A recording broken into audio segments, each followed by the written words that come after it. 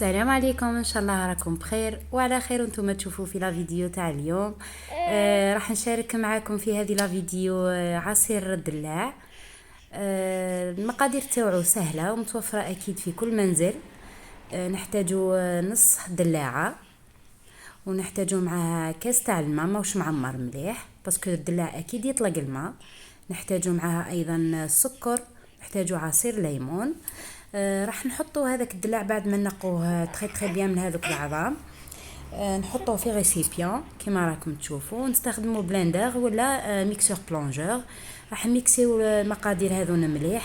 حنضيفوا السكر كما راكم تشوفوا، اكيد السكر راح يكون على حساب طعم الدلاعه تاعكم. اذا كانت صامته بزاف اكيد راح تزيدوا السكر عفوا كاس معمر.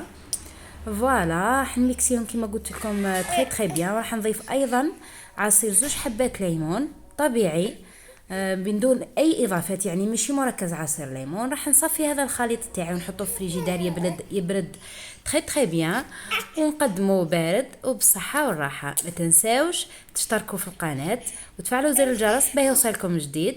ونقول لكم في الاخير نتمنى ان شاء الله لا فيديو تاع اليوم ولا الوصفه تاع نهار اليوم تعجبكم.